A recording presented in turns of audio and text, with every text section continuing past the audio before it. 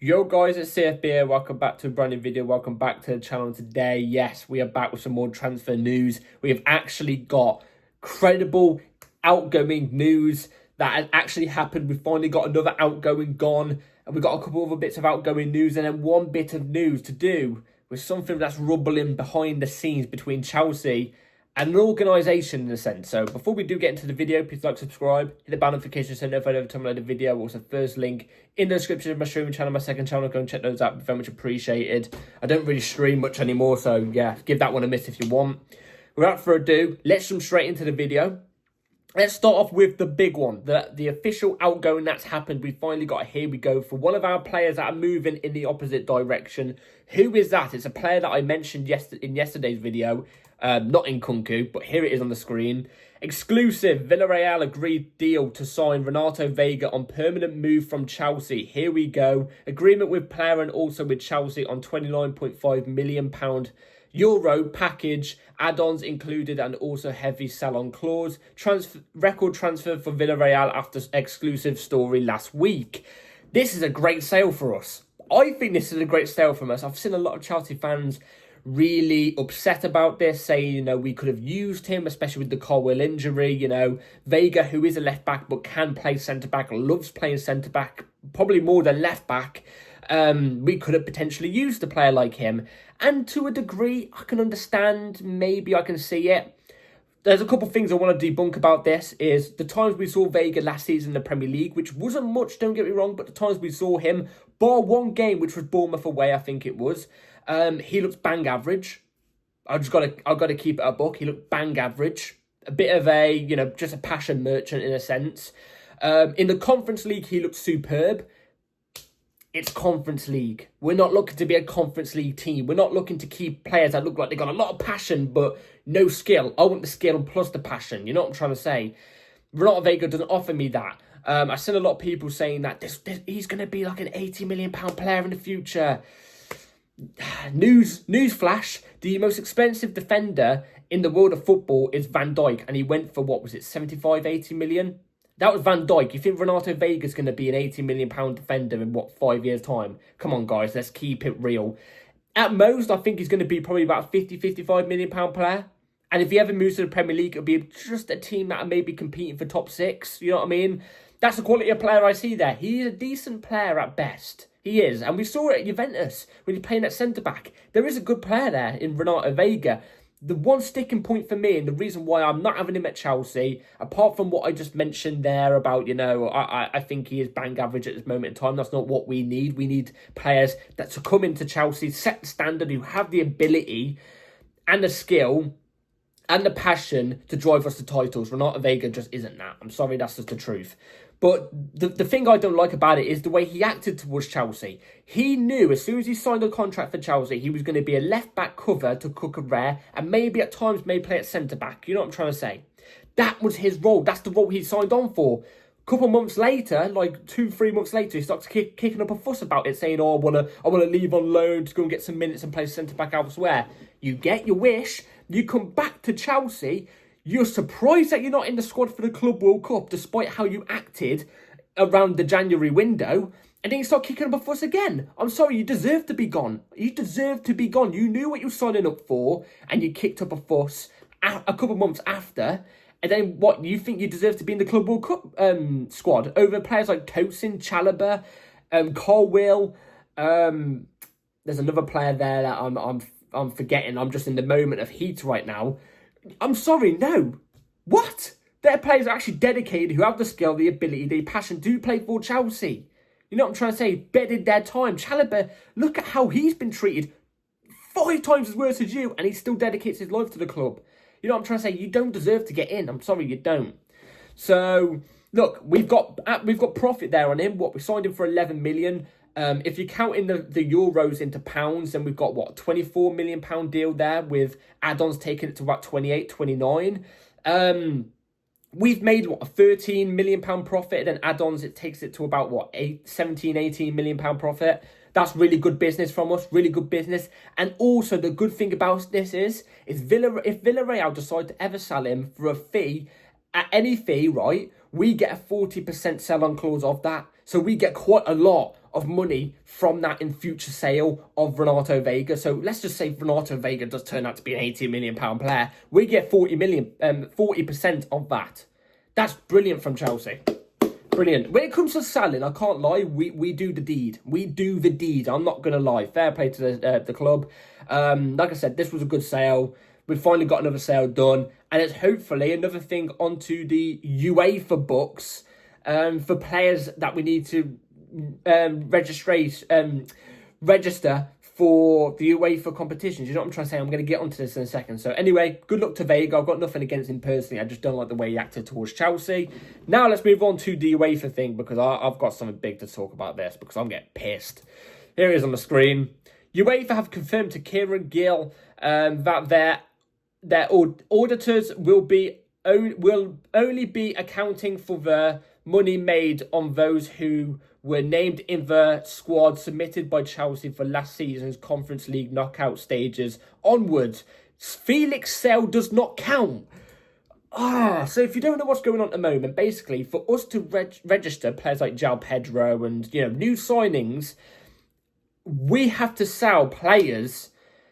We have to sell a certain amount of, we have to get a certain fee of an amount of players that we've sold to register the new players for the UEFA competitions, from what I've gathered. If I'm wrong about that, let me know in the comments down below. Now we're hearing, by the way, that was 2-3 months ago we've been hearing about that. Now it has to be players that were in the Conference League squads. And you're not counting the Felix deal. Felix was around for the knockouts. Am I bugging or anything? If I'm not, then fair enough. That's a fair deal there, fair enough. But either way, why does it have to be knockouts and onwards? Why can't it be from the group stage and onwards? Why knockouts? Seriously, I think UEFA are trying to screw us here. They always try to screw us, and I'm sick and tired of it. I'm absolutely sick and tired of it. We've sold a lot of players. I reckon in terms of sales in the whole world of football, I reckon Chelsea Football Club are number one. If not, we are definitely top three, without a shadow of a doubt. And what you're gonna, let's just say, for example, that's it. We can't sell anybody now. Let's just say we don't find a way to sell anybody else, right? You're telling me what we're gonna get punished by UEFA for it? We've generated like 200 and something million from sales. Oh, come on. We've probably had more sales than we have brought players at the moment. Do you know what I mean? Like in terms of like the fees and stuff working out. I reckon we're in a profit right now. And what if it happens, we're going to get punished. It's not going to happen. We are going to sell probably Nkunku, who was definitely there for the knockouts. We're going to sell Jackson, who was definitely there for the knockouts. You know what I'm trying to say? Just Veiga doesn't count either. I just don't understand UEFA and their constant BS on us. I never see this stuff for any other team. Obviously, there is other teams that get screwed over by UEFA, obviously. But they have their favourites and they're not us. One of them's not us, you know what I'm trying to say? UEFA always screw us over. The amount of other clubs in the whole world that never sell but able to register their players for UEFA's competition. Look at Barcelona for the last couple of years. They spend constant money, yeah?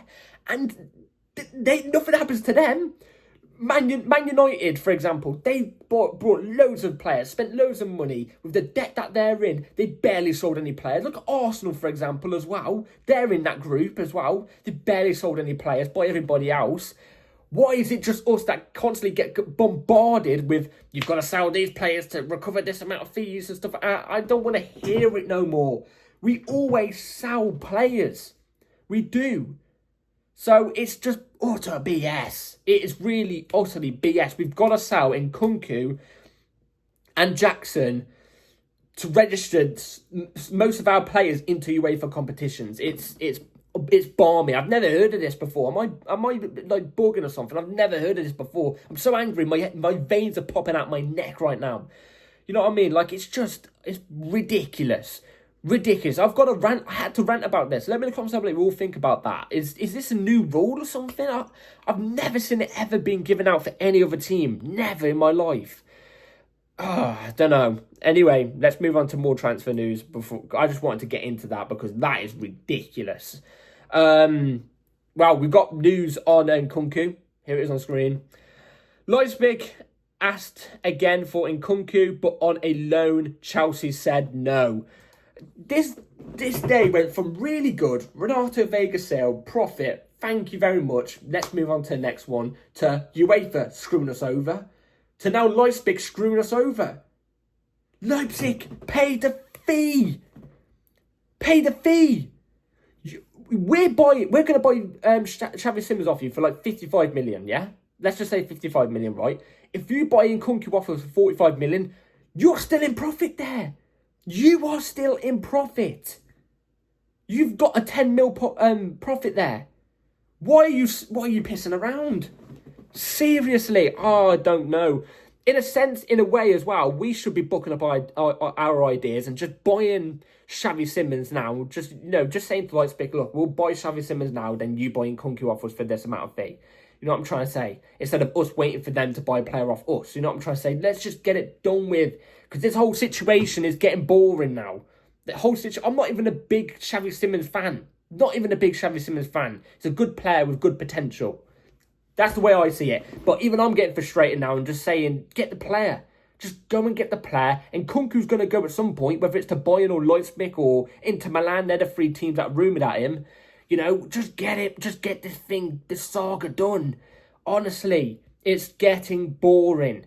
Why do German teams and Italian teams keep constantly coming to us and going, oh, you know, we'll give you a loan plus an option? Fuck off. You're trying to pull my trousers down in the middle of bloody just a whole mall right now. You know what I mean? I'm going to tighten that belt up. I'm going to stand up there with chest. You know what I'm saying? Oh, it's ridiculous. Honestly, it went from so good on this video, so good to so shit really quickly. You know what I mean? But let's lighten it up with something even better. Let's lighten the day up. Let's lighten the day up with this transfer rumour that's come out recently. Here it is on the screen. Fulham are considering making a move to sign Raheem Sterling from Chelsea. Oh my God, please, for the love of God. Please, for the love of God.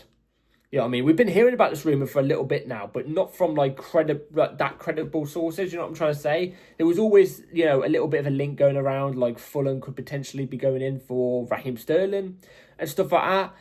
But now it's come from Sky Sports, who are decently reliable. You know what I'm trying to say? Nowadays, they're you know, they've gone down in the estimations, obviously. But we need Raheem Sterling gone. What's that? Like, we brought him for 40 million. He's on like 300k a week. That's going to be a problem, I think. I think the reason why we're not seeing much moves on Raheem Sterling is because of the wages. I don't think it's anything to do with the fee. I think we would be happy accepting 20, 25 million because we know his fee has definitely gone down in recent years. It just has. You know what I mean? That's just the reality situation. And the wages deserve to go down, don't get me wrong, but is the player willing to take a wage cut? A big wage cut as well? Because Fulham aren't going to be paying, what, 250k, 200k a week? I don't see Fulham paying that type of fee. But then is Raheem Sterling willing to drop his wages by, like, what, 50%? I don't know. I really, really don't know. I would love it if Fulham, you know, they're just obviously down the road, not down the road from me, but, you know what I mean, down the road in general from where we are. I'm hoping they go in and make a move for Raheem Sterling, but I personally can't see it happening. He's got to get off the books because we're stuck with him at the moment by the looks of it, unless Fulham make a move. Ben Chilwell was another player nobody's making a move on. Disasi as well is another player that nobody's making a move on. Didi Zassi, you know what I mean? So, and we've also got to ship Nkunku and Jackson in that time. We've got a lot of work to do in space of 2 weeks left of the window. And we've got to get Xavi Simons done and potentially Garnacho, which looks like it's going to happen. This is going to be a crazy end to the window. Stay tuned. Seatbelt on because videos are going to be coming in thick and fast. You know what I'm saying? So, thank you all for watching this video, guys. Let me in the comments what you think about all the news. I'll be very intrigued to know. I'm always listening and reading and writing back to you in the comments. Be here tomorrow for the match preview for West Ham versus Chelsea. And yeah, I'll see you all tomorrow. Take care. Like, subscribe. Peace.